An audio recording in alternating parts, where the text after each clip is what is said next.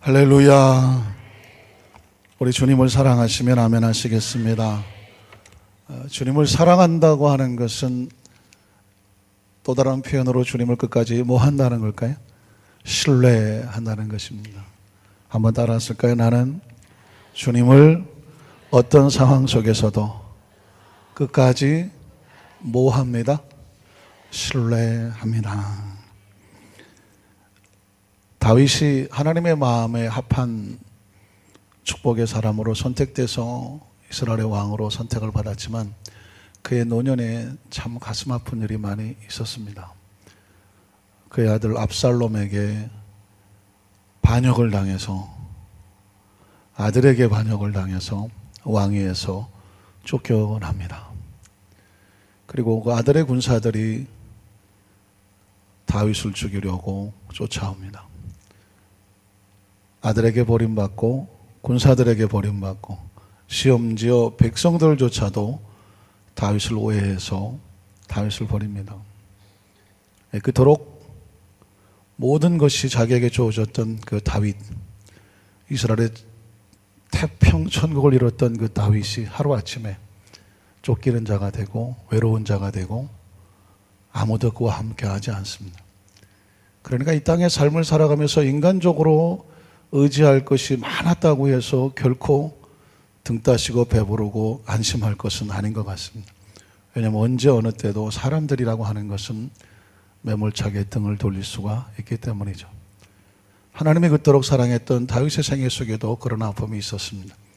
그렇다고 하면 그리스도인들은 어떤 생각을 하게 될까요? 왜 다윗과 같이 하나님 마음에 합한 그가 그런 고통과 시련 속에 홀로 남게 되었을까? 다윗은 그때 그런 고백을 합니다. 사람도 아니고 자식도 아니고 군사도 아니고 오직 하나님만 바라봅니다. 하나님 백성들에게 다가오는 상황은 여러 가지 많은 일이 있을 수 있어요. 그러나 분명한 것은 하나님은 다윗이 그 상황 속에서 하나님만 바라보고 하나님만 의지하면서 다시 하나님과의 관계가 올바로 서기를 원하셨던 것입니다. 다윗이 무엇을 잘못해서도 아니고 재수가 없고 운이 없어서가 아니라 하나님은 다윗의 심령 속에 하나님을 향한 간절한 갈구와 기도의 심령의 고백을 하나님께서는 다시 원하시는 것이죠. 그것이 바로 시편 62편에 고백되고 있는 다윗의 고백입니다. 기억하십니까? 다윗은 이렇게 고백함, 그 처절하고 절박한 상황 가운데 이런 고백을 하죠. 나의 영혼이 잠잠히 하나님만 바라며 나의 구원이 그에게서 나는도다. 나의 영혼아 잠잠히 하나님만 바라라. 나의 소망이 저에게서 나는도다. 그리고 그는 이로써 이렇게 고백합니다. 오직 주만이 나의 반석, 오직 주만이 나의 산성이니 자식이 버리고 군사가 버리고 백성이 버리는 정말 하루도 살고 싶지 않은 처절한 절망에 그는 이렇게 말합니다. 나는 요동치 아니할 것이다. 하나님만 바라니 요동할 것이 없었다는 것입니다.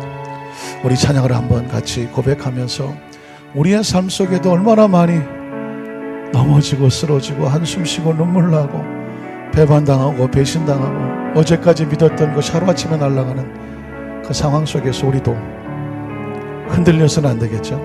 오직 주님만 바라봅니다. 우리 신앙의 고백을 하나님 앞에 함께 찬양하고 기도하는 시간 가졌으면 좋겠습니다.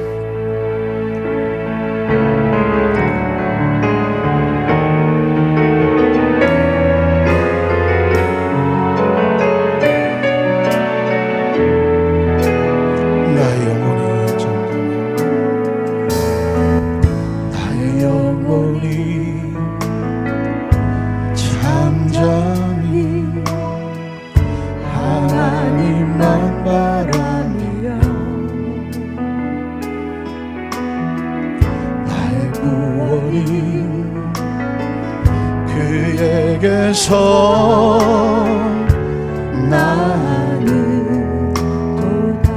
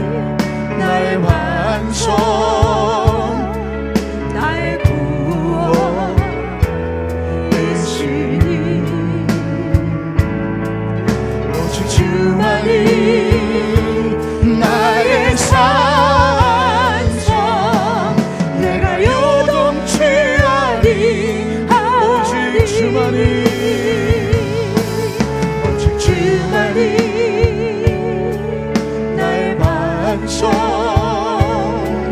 나의 구원이시니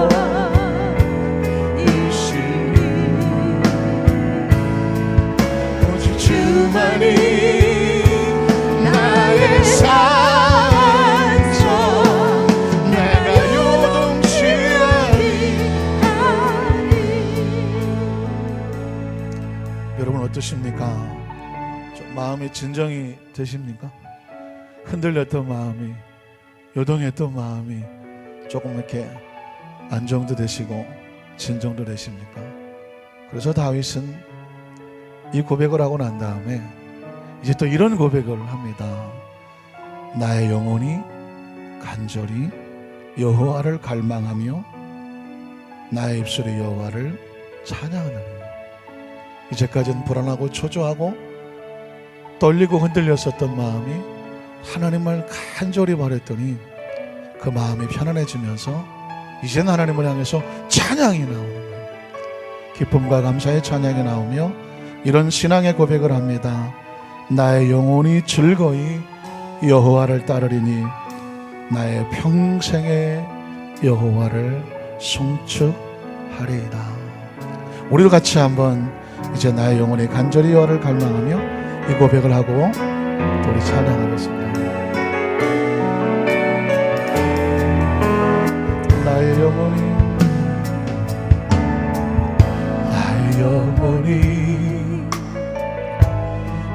간절히 여호와를 갈망하며 나의 입술이 여호와를 찬양하리.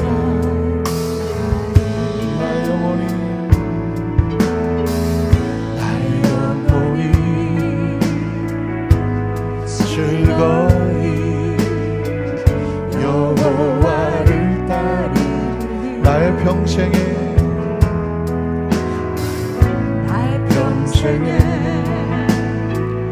여호와를 성축. 우리 한번 두 손 들고 오직 주만이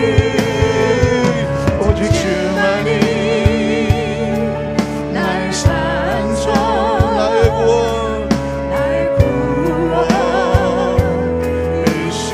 오직 주만이 나의 산소 내가. 우리 다 같이 나서서 오직 주만이 나의 반석 오직 주만이 나의 반석 나의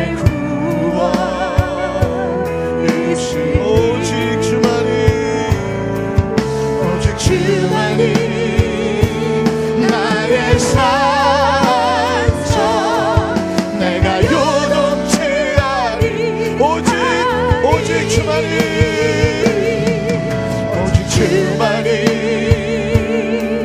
나의 반석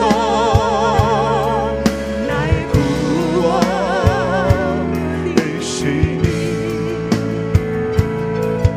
오직 주만이 나의 산소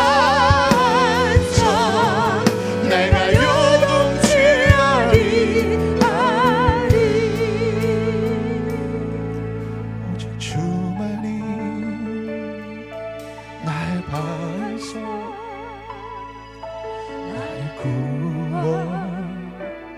구원이시니 오직 주만이 나의 산소 내가 요동치 않리. 우리 두 손을 가슴에 얹고 잠시 묵상으로 기도합니다. 사랑하는 성도 여러분, 왜 다윗은 그런 고백을 했을까요? 내가 요동치 아니하겠다고 왜 그런 고백을 했을까요? 수없이 마음이 흔들리기 때문입니다. 요동하기 때문입니다. 자식을 생각하면 요동치고, 군사들을 생각하면 요동을 치고, 백성들을 생각하면 요동을 치고, 자기 처지를 생각하면 요동칩니다. 흔들립니다. 절망합니다. 좌절합니다. 인생에 다가오는 문제가 그렇습니다. 악한 해감의 저주의 세력들 우리를 요동하게 합니다. 흔들리게 합니다. 절망하게 합니다. 불안하게 합니다. 초조하게 합니다. 그러나 하나님의 사람들은 다윗처럼 오직 주만이, 오직 주님만이 나의 구원이고 나의 반석이시니, 나의 산성이시고 나를 돕는 자시니 주를 바라보면서 내가 요동하지 않겠다고 고백하게 합니다. 하나님께서 원하신 것은 그런 것입니다. 하나님 백성들은 요동하지 말라는 것입니다. 흔들리지 말라는 것입니다. 불안해하지 말라는 것입니다. 절망하지 말라는 것입니다. 하나님의 산성이라는 것입니다. 하나님의 구원자가 되시고 그가 도우시겠다는 것입니다. 오늘 말씀을 듣기 전 하나님의 성령께서 우리 마음을 주셔서 주여 우리 마음을 담대케 하시옵소서. 말씀이 선포될 때 하나님이 보이게 하시옵소서. 강력한 치유와 기적과 능력과 하나님의 나라가 가득 채워지게 하여 주시옵소서. 이 시간 우리 주여 삼차하고 통솔하며 기도합니다. 주여 주여 주여. 하나님 우리 어머니 주님만 바라봅니다. 환경도 여건도 때로는 상황도 물질도 관계도 여러가지 힘들고 어려운 것 우리의 삶에 다가올 수가 있습니다. 그러나 하나님 다윗의 신앙의 고백을 우리의 고백으로 남습니다. 우리 어머니 하나님만 잠잠히 바라봅니다. 누구를 바라보겠습니까? 우리의 구원은 하나님으로부터 나옵니다. 우리의 심령의 고백은 하나님만 바라보고 있습니다. 우리의 소망은 하나님으로부터. 내 영혼이 하나님을 간절히 갈망합니다. 우리 입술이 하나님을 거룩한 성호를 찬양합니다. 우리 영혼이 즐거이 주님을 따르기 원합니다. 우리의 평생의 소망, 평생의 하나님을 찬양하기 원합니다. 우리 안산교회 전 성도단은 우리의 신앙 고백은 오직 주만이, 오직 주님만이 나의 반석이십니다. 우리 주님만이 우리의 구원이십니다. 우리 주님만 우리의 산성이 되신 원수 앞에 두려워하지 않습니다. 주님 우리의 피난처가 되시고 우리의 구원자가 되시고 우리 사랑스러운 마음을 만지시옵소서. 가정에서 사업에서 직장에서 모든 삶의 현장 가운데서 우리 안산교회 성도 영혼을 붙잡아 주시옵소서. 심령을 붙잡아 주시옵소서. 오직 주님 주시옵소서.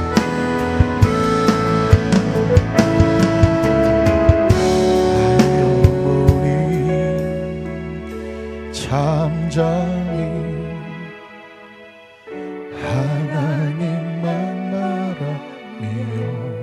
손을 가슴에 꼭 고백합니다. 나의 구원이 그에게서 나는 도다. 나의 영혼아 잠잠히 하나님만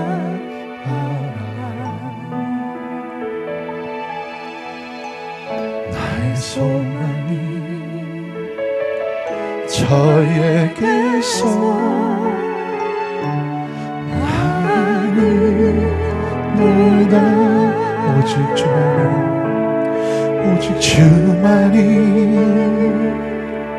나의 반석, 나의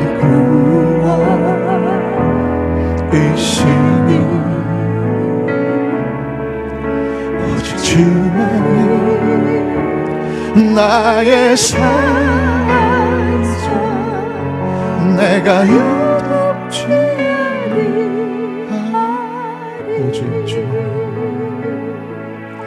오직 주만이 나의 반석, 나의 구원이시니 오직 주만이 나의 산성, 내가 요동치 아니하리.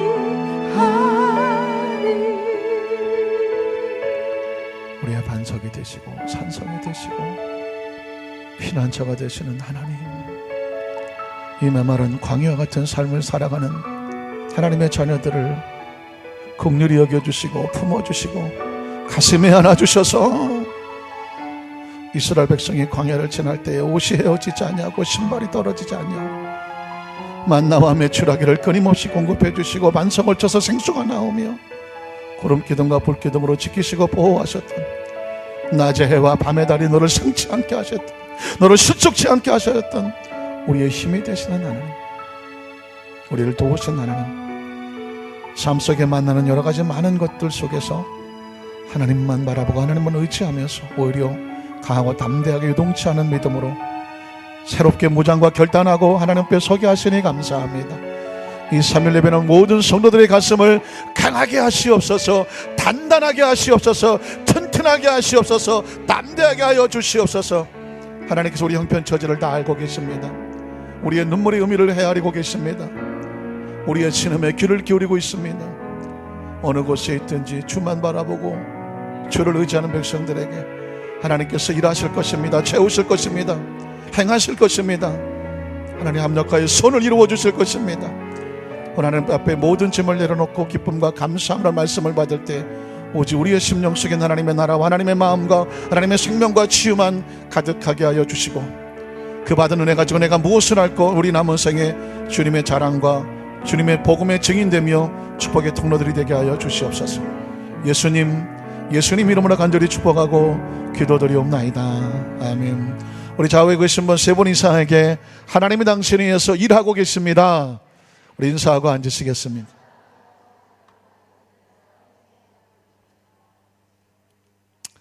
혹시 아셨습니까? 하나님께서 우리를 위해서 일하고 계시다는 것. 정말 아셨습니까? 그러면 뭐 하지 않는다? 요동하지 않는다. 한번 따라하실까요? 당신은 예수님을 어떻게 믿고 있습니까?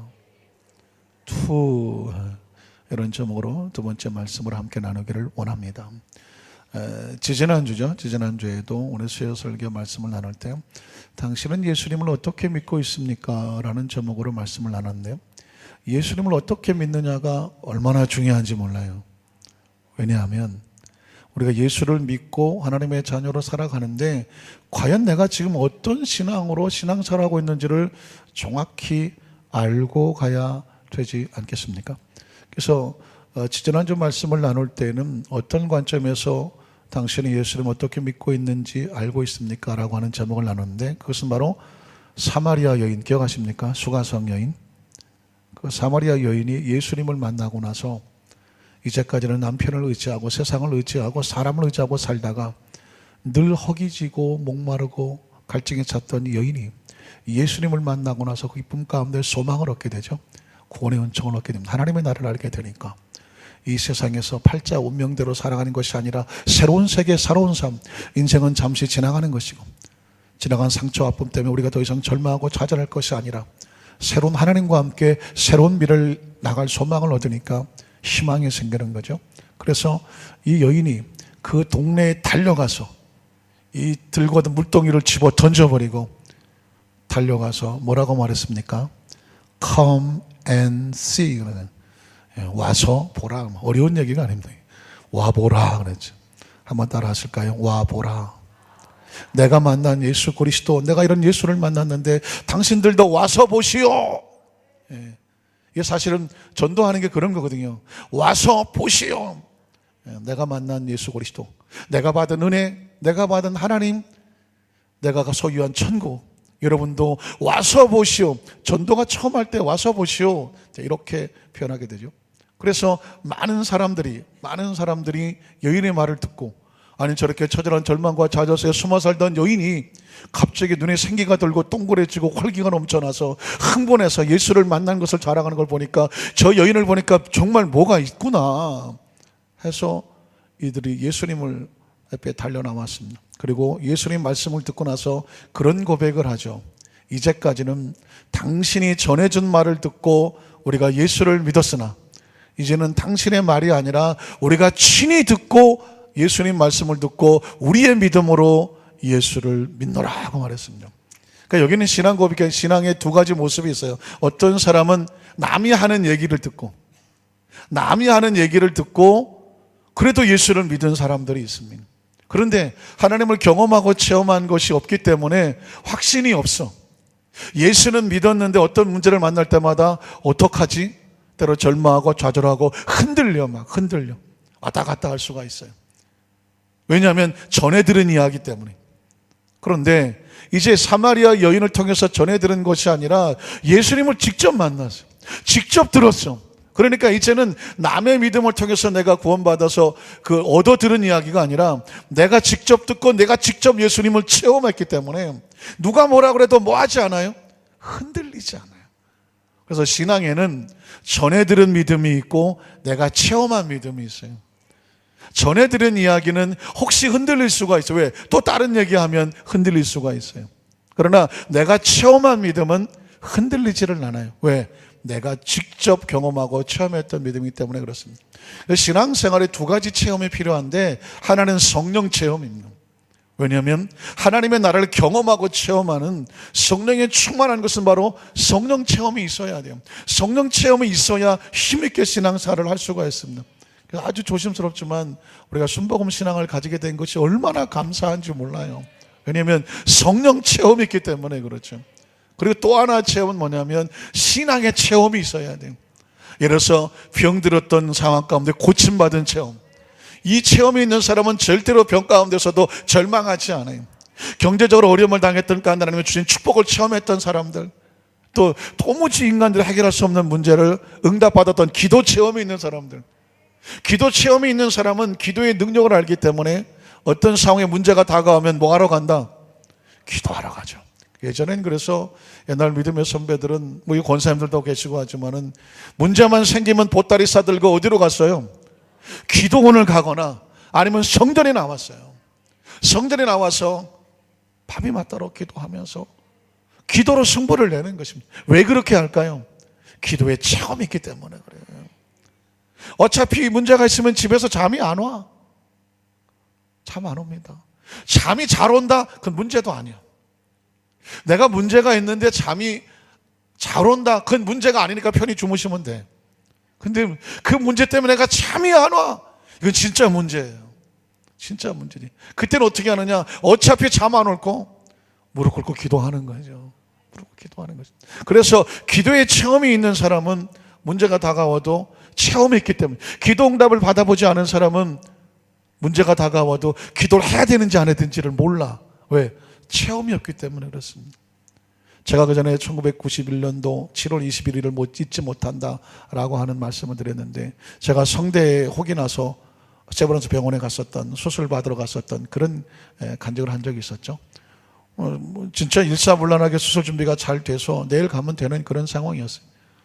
그런데 그날 저녁에, 월요일날 저녁, 주일날 저녁에 좀 엎드려 기도하는데 도무지 아닌 것 같은 거예요. 도무지 아닌 것 같아요. 그래서 처절하게 눈물을 흘리며 기도하는 가운데 갑자기 그냥 교구실은 텅 비어 있고 담임 전도사 책상은 비어 있고 교구 성도들이 기도 받으러 왔다가 없으니까 쓸쓸하게 돌아가는 뒷모습. 한 달 동안이나 수술하고 나면 한 달 동안 말을 못하니까 이런 상황이 보면서 이건 아닌 것 같아요, 하나님. 그래서 몸부림치며 기도할 때 갑자기 제 가슴속에 꽉 치고 들어왔던 것이 뭐냐면, 주의 종이니까 하나님이 고쳐주셔야 내가 강단에 서서 내가 체험한 예수 그리스도, 하나님은 치료하시는 분이다. 그걸 내가 체험을 해야 내가 가서 강단에 단들에 서서 말씀을 선포하지. 아니, 현재 세브란스 병원에 이름도 성도 안 잊어버려요. 홍 무슨 박사님이신데 미국에 갈 모든 스케줄을 제껴놓고 저 때문에 수술 날짜를 잡으신 분인데, 아니 그분이 만약에 저를 치료하셨다고 하면 지금 90일, 2000일, 2011 뭐 한 25년 전 이야기니까 제가 25년 동안 무슨 소리 했겠습니까? 아, 목사님 저 목이 아파요. 성대가 뭐 혹이나. 그럼 세브란스 병원 가셔야 되네요. 홍 박사님 엄청 수술 잘하셔. 날 보라고. 제가 25년 동안 누굴 자랑했겠어요? 세브란스 병원하고 무슨 박사님 자랑했겠지. 그런데 하나님께서 그 마음 무림치며 기도하는, 하나님, 나는 하나님이 고쳐주셔야 됩니다. 하나님의 치료를 체험해야 내가 나가서 강단에서 성도들에게 하나님이 치료하신 분을 증거하지 않겠습니까? 그러니까 결단하게 되더라고요. 기도가 끝난 다음에 제가 병원에 전화했잖아요. 내일 수술 날짜 잡아 있는 사람인데 안 가려면 어떡하느냐고. 여러분 잘 아시잖아요. 수술 안 받고 그냥 하려면 어떻게 하냐고 그랬더니 뭐라 그랬다고요? 안 오면 된다고 그랬어요. 수술 잡기는 너무너무 힘들게 어렵게 잡았는데 그 간호사 안 잘렸나 모르겠네. 그 간호사가 뭐래? 안 오시면 돼요. 안 간 거예요. 그날 이후로 한 번도 안 갔죠. 25년 동안 한 번. 그러니까 담대하게 증거할 수 있는 일은 뭐냐면 하나님이 고치신다는 것입니다. 그 이후 정확히 일주일 만에 목소리가 정상으로 돌아왔으니까, 정상으로 돌아올 뿐만 아니라 더 높은 목소리, 그전엔 제가 성대 이만 혹이 있으니까 도레미파솔 소리상 올라가질 않았어요. 목소리는 맨날 가라앉아 있었고, 말하다가 목이 쉬고, 설교하다 목이 쉬고, 찬양하다 목이 쉬고, 기도인다다 목이 쉬니까 오죽하면 제가 가서 수술을 받겠다고 말했을 정도였을까요? 그런데 딱 일주일 하나님이 치료해 놓으시니까 성대가 아무 매끄러운 거든. 그 전에만 도레미파 도미 올라갔으면 파솔까지 올라가더라고. 아주 하나님이 고쳐주니까 정확하게 또 멋있게 고쳐놓더라고. 그래서 자신이 있는 거예요. 하나님이 고치시면 완벽하다네요. 어떤 질병이 어떤 문제가 다가온다고 할지라도 기도합시다. 왜? 하나님이 고치십니다. 그러니까 그런 확신이 찰 수 있는 것은 뭐냐면 내가 뭐 했기 때문에? 체험했기 때문에 그렇죠. 누군가 그런 간증을 들은 것을 해서 하나님 고치신다더라. 간증도 은혜가 돼요. 분명히 간증이 은혜가 됩니다. 왜? 간접 경험으로 하나님을 알게 되니까. 그러나 이게 내 경험이 돼버리면 얘기가 달라집니다. 갑자기 그런 얘기 보면 눈깔이 동그래지고 코평수가 넓어져. 코평수로 입에서 침이 확 튀면서 갑자기 목소리가 커지면서 하나님이 고치신다니까. 왜? 내 얘기니까. 아니 우리 구역자님 얘기하는데 하나님이 고쳐주실 수도 있다고 하던데. 전하는 사람은 왠지 좀 힘이 빠져요. 왜? 자기 얘기가 아니니까. 그러나 자신의 이야기를 할 때 되면 얘기가 달라집니다. 순복음 신앙 중에 그 순복음 신앙들이 더 열정과 열심히 있었던 이유 중에 하나가 뭐냐? 체험 있는 신앙이잖아요. 성령 체험하고 응답 체험하고 기도 체험하고 예수 이름으로 병을 고쳐보니까 귀신이 나가더라. 우리가 같이 기도하니까 질병이 떨어져 나가더라. 구역 식구 가운데 문제가 있었는데 같이 모여서 합심으로 기도하고 중보하고 기도하니까 응답 받더라. 금식하고 기도했더니 흉악의 결박이 떨어져 나가더라. 이 확신이 있는 사람이 있으니까 여러분 보십시오. 분명히 옆에서 볼 때는 야, 저 사람 큰일 난 것 같은데. 근데 그 사람은 정작 당사자는요 그냥 할렐루야 하고 다녔어요. 오죽하면 순복음교회 지구역장 성도들은 할렐루야라고 할렐루야 아줌마 무슨 할렐루야 성도라고 이렇게 붙였겠어. 할렐루야는 그냥 절대로 안 나와요. 은혜가 있어야지 나오죠. 제가 이번에 미국에 가서 아이가 병실에 있는데 나 깜짝 놀랐네. 한 3, 4일 동안은 이 아들이 할렐루야 그래요. 아니 26살짜리가 무슨 할렐루야를 하겠어요. 시켜도 안 해. 야 김지현 할렐루야 따라해봐. 근데 수술하고 나서 3일 동안은요 하나님 얘기를 하면 하나님 이렇게 하셨어요. 할렐루야. 이 누가 목사인지를 모르겠다는 게. 나도 하루 종일 쉬면서 할렐루야 그렇게 많이 안 해요. 여러분 뭐라 그런다고 해서 할렐루야 내가 맨날 할렐루야 할렐루야 이렇게 해서 못하잖아요. 근데 이게 아들이 뭐라고만 얘기하면 할렐루야 할렐루야. 그럴 때마다 우리 집사람하고 저를 쳐다보면서 이거 뭐가 바뀐 거 아니야? 바뀐 거 아니야? 근데 할렐루야가 그냥 나오나요? 절대 그냥 안 나와요. 은혜가 들어가야 나와. 심령이 뜨거워져야 나오고 하나님의 마음이 그냥 막 기쁨과 감사를 주고 감동이 생겨야 할렐루야가 나오지. 할렐루야? 그냥 절대로 안 나와요. 아멘은 쉽게 나오나요? 아멘 절대 쉽게 안 나옵니다. 아멘은 그 속에 너무 감동하고 감격해야 하나님 그렇습니다. 저 얘기한 내 이야기고 나도 그런 심령입니다. 내 아멘이 나와요. 아멘 절대로 아무나 쉽게 안 나와요. 오죽하면 어저께 제가 우리 안산지 복음화 성회에 화요일 저녁에 제가 대표 기도를 하게 됐는데 우리 성도님들이 좀 오셔서 화요일날 바쁜 일이 제게 있더라도 제껴놓고 오셔서 그 기도에 참석해달라고 한 이유가 뭔지 아십니까? 뭐 해달라고? 아멘 해달라고. 눈치가 백단이네요. 기도하는 사람은 처절하고 절박해서 난 사실상 강단에 올라서서 울고 싶었어요. 대피 기도하면서 울고 싶었다니까. 왜냐하면 안산시가 어떤 땅입니까? 처절한 눈물이 필요한 이 땅 아닙니까? 처절한 이 기도가 필요한 땅 아닙니까? 그 안산시에 아픔도 있고 상처도 있고 우리가 힘들고 여러 가지 문제가 있는 것들은 너무나 잘 알아서 뭐가 어쩌고 저쩌고 하는 일을 좋아하지만, 그래서 어떻게 하겠다고 여기서 눈물을 흘려 기도하는, 소돔과 고모라를 위해서 기도하던 10명의 처절한 기도가 있어야 되지 않겠습니까? 문제가 뭔지는 알면서 왜 기도는 안 하느냐고요. 이 안산에 900개가 넘는 교회가 있다고 하는데 왜 900개 교회가 안 모이느냐고. 970명의 목사들이 왜 안 모이느냐고. 그 교회 성도들 다 같이 모여서 하나님을 살려달라고, 목이 터지라고 부르짖는 기도가 없냐고요. 무엇이 중요한디 모릅니까? 요즘 유행어예요, 유행어. 무엇이 중요한디. 지금은 뭐 할 때냐면 기도할 때 아니에요. 제가 강단에서 그 대표 기도하는데 그렇게 기도했잖아요. 하나님, 지금 아말렉과 전쟁을 벌이는 모세와 아론과 훌의 심정을 가지고 이 자리에 서서 이 집회를 하기를 원하오니, 이 안산시에 900개가 넘는 교회가, 그리고 성도들이, 그리고 주의 종들이 모세와 아론과 훌과 같이 모 잡게 하시옵소서. 손잡아야지. 그리고 뭐 해야 돼? 올라가야 손이. 모세의 손이 올라가면 이스라엘이 이기고, 모세의 손이 내려오면 아말렉이 이기더라. 안산이 사는 비결은 뭐냐? 이 땅의 모든 교회와 성도들과 죄종들이 손을 잡아야지. 손 잡는 거야. 한 마음이 되어져서 하나님 앞에 소망을 두고 손을 올려야지. 뭐 하는 거예요? 기도하자는 것이죠. 그렇게 울고 싶었다니까요, 사실은. 왜? 하나님께서 구하시는 제사는 상한 마음. 하나님, 우리를 살려주십시오. 건져주십시오. 지켜주십시오. 이 땅을 회복을 시켜주십시오. 누군가는 그렇게 기도해야 되지 않습니까? 그렇게는 누군가는 울어야 되지 않겠습니까? 누군가는 무릎을 꿇어야 되지 않겠습니까? 누군가는 목이 터져라고 부르짖어야 되지 않겠습니까? 그런데 아무나 그렇게 하지 않아요. 그런 심령이 끓는 사람들이 하는 거죠. 그래서 제가 우리 성도들 오셔서 단 몇 분이라도 그렇게 기도할 때 같은 심정으로, 아멘은 뭐냐면 같이 손잡는 거니까.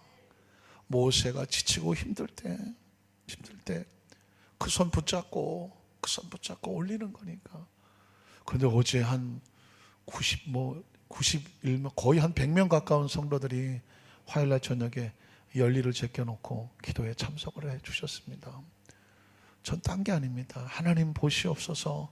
이 안산시에 많은 교회 성도들도 오셨지만 우리 순복음교회 성도들이 안산시가 복음화 되기를 원하고 이 땅 하나님 나라가 임하기, 이렇게 열리를 제껴놓고 와서 하나님 앞에 기도합니다.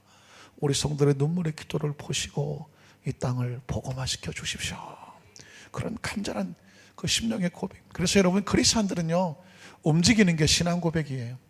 한번 따라 하실까요? 크리스찬은 움직이는 것, 말하는 것, 행동하는 것, 심지어 숨쉬는 것도 신앙 고백이다. 믿으십니까? 같은 쉼이라도, 같은 숨소리라도요, 이거 무슨 뜻이에요? 절망이고 좌절이고 낙심이고 힘이 빠지잖아요. 그러나 같은 숨소리인데도 뭐가 느껴져요? 하나님을 향한 간절한 기도의 마음이 전해지지 않습니까? 그래서 우리 순복음교회 성도들은 무슨 소리도 달라야 된다.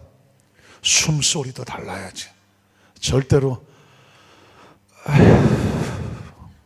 이건 옛날에 사람들은 복 나가는 소리라고 그랬어. 이거는 절망하고 좌절하는 소리야. 혹시 숨소리가 나오려거든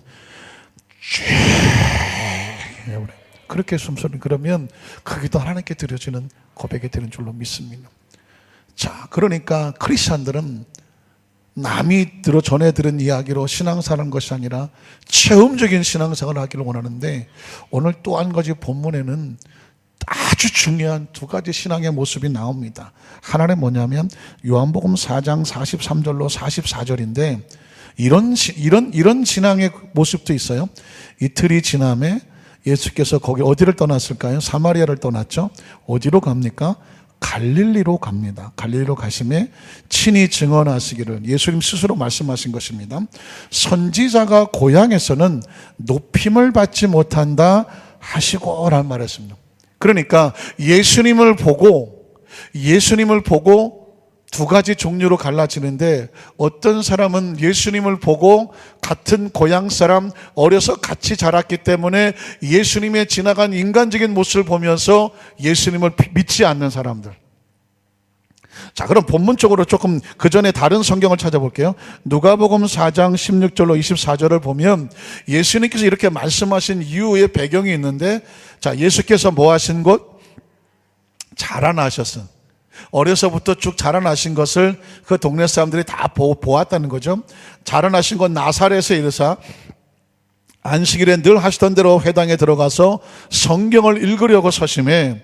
그랬더니 선지자 이사의 글을 드리거늘 책을 펴서 이렇게 기록된 데를 찾으시니 곧 주의 성령이 내게 임하셨으니 이는 가난한 자에게 복음을 전하게 하시려고 내게 기름을 부으시고 나를 보내사 포로된 자에게 자유를, 눈먼 자에게 다시 보게 함을 전파하며 눌린 자를 자유롭게 하고 주의 은혜의 해를 전파하게 하려 하심이라 하였더라. 어마어마한 선언입니다. 예수님이 드디어 메시아의 공생의 사역을 선포하는 선포식이에요. 그래서 이제 넘어가야죠. 20절. 책을 덮어서 그 맡은 자에게 주시고 앉으시니 회당에 있는 사람들이 다 놀랐습니다. 예수님이 메시아를 선언하고 공생의 사역을 출발하는 거죠. 다 주목해서 봤습니다. 그랬더니 21절에 이에 예수께서 그들에게 말씀하시되 이 글이 오늘 너희 귀에 뭐하였다? 응하였다는 말이 임하였다는 거죠. 이제 메시아의 사역을 시작한다라고 하는 선포식이었습니다. 그러니까 엄청난 박수와 기쁨과 감사와 지난 6,000년 이스라엘 역사 속에서 기다렸던 메시아가 등장하는 것이었습니다. 그런데 그 다음 절을 보면 그들이 다 그를 증언하고 그 입으로 나오는 바 은혜로운 말을 놀랍게 여겼습니다. 그런데 문제는 뭐냐면 그 다음 반응이 이 사람이 누구의 아들이 아니냐? 요셉이 누구예요? 목수 아닙니까? 저 나사렛에 가난하게 별 볼일 없는 가문에 그 목수 요셉의 아들이 아니냐라고. 똑같은 예수님을 보고 메시아라고 바라보는 것이 아니라 갑자기 예수님의 자라나신 모습에서 목수의 아들로 보면서 뭐라고 말합니까? 그 다음에 보면 예수께서 그들에게 이르시되 너희가 반드시 의사야 너 자신을 고치려 하는 속담을 인용하여 내게 말하기를 우리가 들은 바 가버나움에서 행한 일을 내 고향 여기서도 행하라 하리라. 자, 어려운 말이지만 이런 뜻이 24절이요. 또 이르시되 내가 진실로 너희에게 노니 선지자가 고향에서는 무엇을 받지 못해요? 환영을 받는 자가 없다. 왜? 그가 어렸을 때 어떻게 자랐는지를 다 알아. 집안이 어떻고 형제가 어떻고 친척이 어떤지도 알고 뭐 얼마나 배웠는지 무슨 그 집안이 어떤 건지를 다 알아. 그러다가 보니까 선지자는 뭐냐면 하나님이 선택을 해서 하나님 일을 맡긴 사람이에요. 선지자는 사람을 보면 안 되며 그 뒤에 맡기신 누구를 봐야 돼요? 하나님을 봐야죠. 그런데 사람은 자꾸 그 사람의 출신을 보고 고향을 보고 나이를 보고 그 사람이 무슨 어떤 지나온 백그라운드를 보면서 사람으로 생각하려고 그래요. 그래서 예수님이 와서 있는데도 예수님을 보고 하늘나라를 바라보는 것이 아니라 예수님을 보고 그 아버지를 보고 고향을 보고 출신을 보니까 예수님을 통해서 하나님이 보이는 것이 아니라 인간이 보이는 것입니다. 신앙생활하면서 실족하는 사람들은 뭐냐면 교회 안에 들어와서도 하나님을 봐야 되는데 무엇을 보냐면 사람을 보면 실족합니다. 아주 중요한 거예요. 교회는 하나님을 보는 것입니다. 한번 따라하시죠. 교회는 하나님을 믿고 하나님을 바라보고 하나님 마음속에 품는 것이다. 여기 교회에 들어와 있는 사람 있는 동안에는요, 아니 이 세상 사람도 마찬가지인데 오직 하나님을 바라보시는. 제가 만약 강단에 설교를 한다고 하면 저를 보실 이유가 없어요. 저의 부족함을 보지 마시고 누굴 봐야 되냐면 저를 통해서 말씀하시는 하나님의 음성의 귀를 기울이시기를 주님의 이름으로 축원합니다. 왜냐하면 저는 그냥 도구잖아요. 도구잖아요. 마치 예수님께서 육신의 몸을 입고 오셔서 말씀을 전하러 오셨지, 그가 뭐 요셉의 아들이네 무슨 아들이네 인간적인 부족함을 보고 그 나사렛 사람들은 예수를 믿지 않았어요. 아유, 목수의 아들이 뭘 한다고, 아이고 저 사투리 꼬라지하고, 나사렛 사투리 막 쓰니까 30대 30살이니까 젊잖아요 또. 그리고 볼품도 없고 모양도 없었다 그래요. 그러니까 사람들이 저게 뭐라고. 그래서 여러분 성경에 보면은요, 마태복음 13절 한번 볼게요. 마태복음 13장 54절 58절에 보면 똑같은 내용이 있는데, 예수님이 고향으로 갔어요. 고향 어디죠? 나사렛을 갔습니다. 고향으로 돌아가서 그들의 회당에서 가르친, 아까 누가 똑같은 말씀이죠. 그들이 놀라서 이르되 이 사람의 이 지혜와 이런 능력이 어디서 났느냐. 지혜와 능력이 어디서 왔죠? 하나님으로부터 왔잖아요. 그러니까 말씀 붙잡고 하나님을 믿으면 돼. 그런데 잘못된 신앙은 뭐냐면 어디서 났느냐 해놓고 이는 목수의 아들이 아니냐 하면서 하나님이 아닌 인간적으로 예수님을 끌어내렸습니다.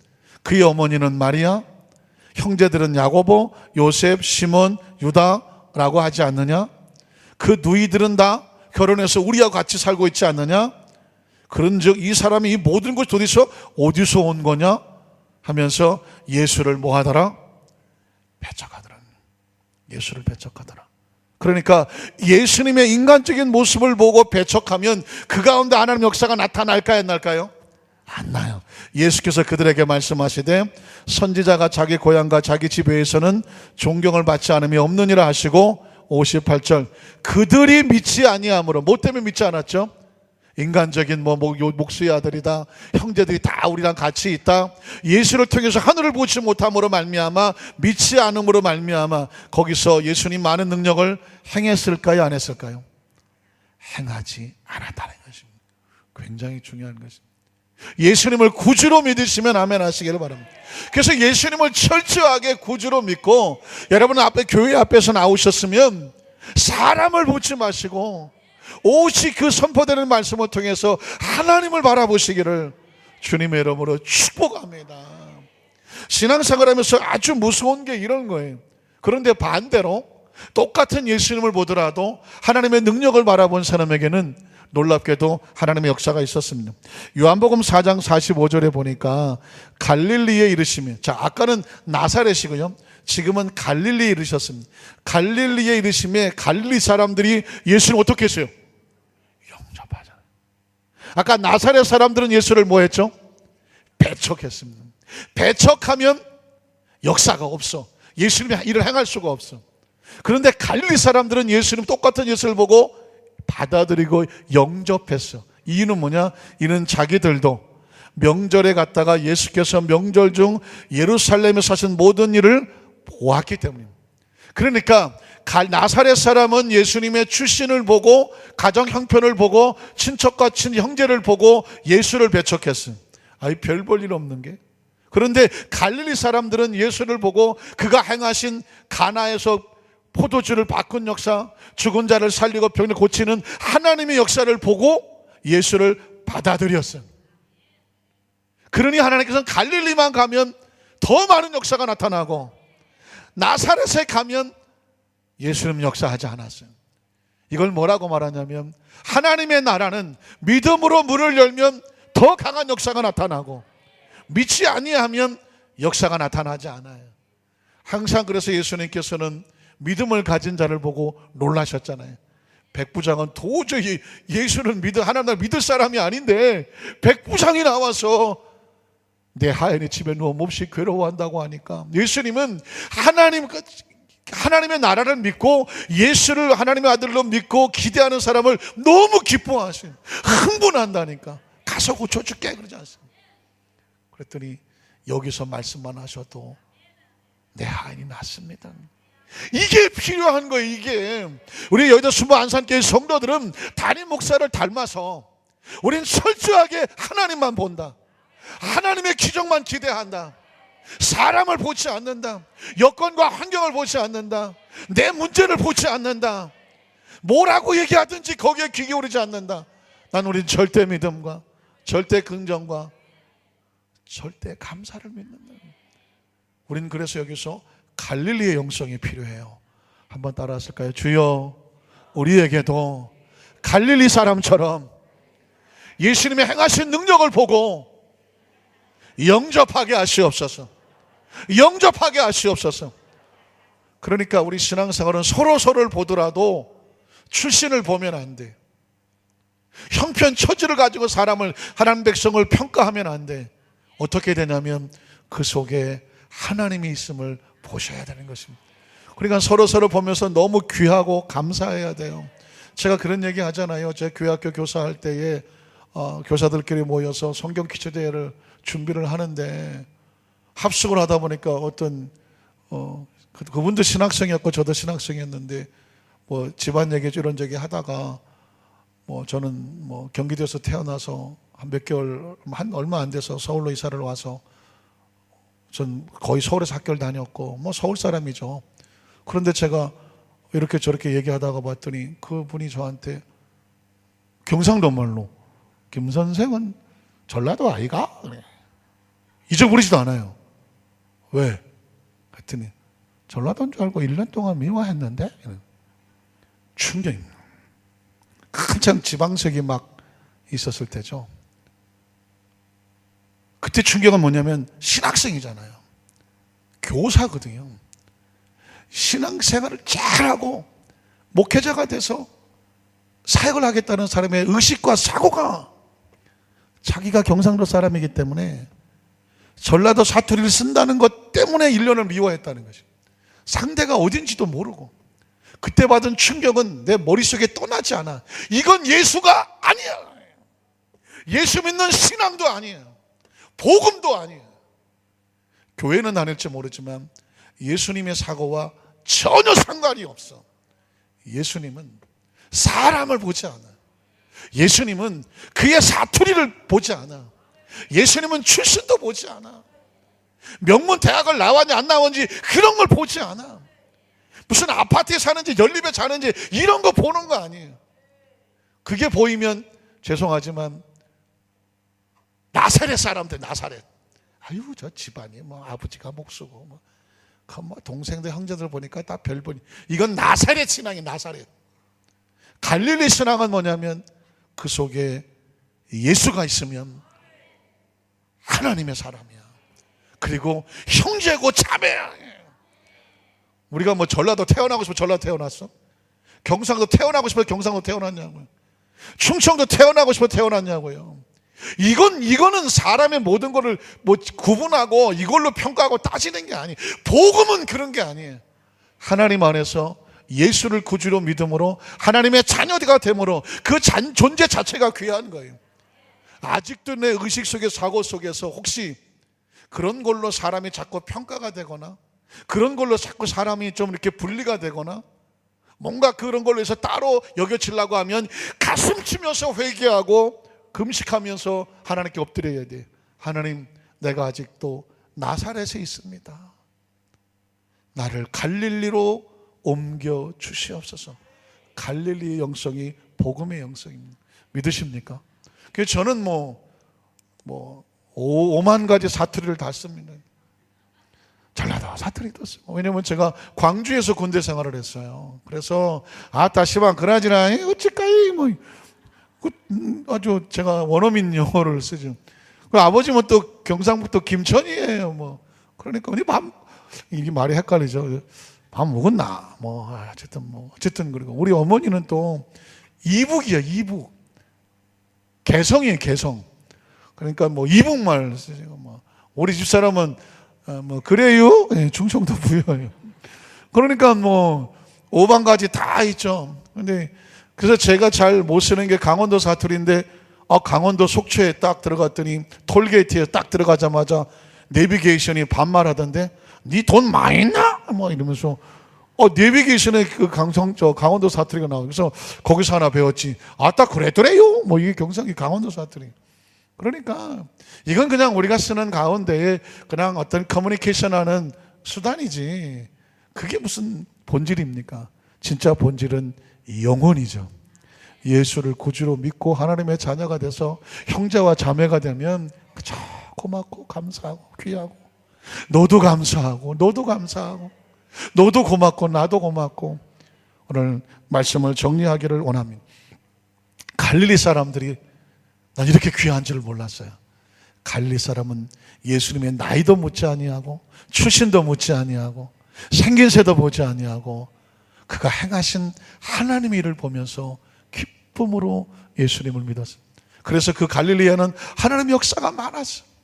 그러나 나사렛은 안타깝게도 예수님의 과거를 너무 많이 알았어요. 그 예수님의 과거를 너무 많이 안 게 그들의 신앙의 걸림돌이었어요. 그래서 여러분, 어느 부흥사가 그랬다면서요? 한번 따라 하실까요? 예수님은 과거를 묻지 않습니다. 과거를 묻지 않는다고. 왜? 나사렛 사람들은 과거 묻다가 지들이 스스로 시험에 빠졌어요. 그러나 예수님은 과거가 중요한 게 아니에요. 지금 우리가 신앙생활 하면서 하나님을 잘 섬기는 것입니다. 그래서 여러분, 절대로 우리는 은혜로 구원받았지 율법으로 어떤 조건으로 구원받은 게 아닙니다. 그래서 혹시라도 어떤 사람이 뭐 문제가 있고 상황이 어렵고 하실 때에 네가 뭘 잘못해서 그래, 뭐 회개하고 뭐 이런 게 아니라, 얼마나 아프세요? 얼마나 힘드세요? 같이 손잡아주고 같이 울어주고 같이 기도해주고 십시일반 손잡아줌으로 인해서 생명을 살리는 사람은 갈릴리 영성이고, 손가락질하고 아이고 저거 이거 하는 거는 나사렛이야. 우리 모두는 갈릴리 영성으로 하나님을 잘 믿으시는 축복의 통로를 되시기를 주님의 이름으로 축원합니다.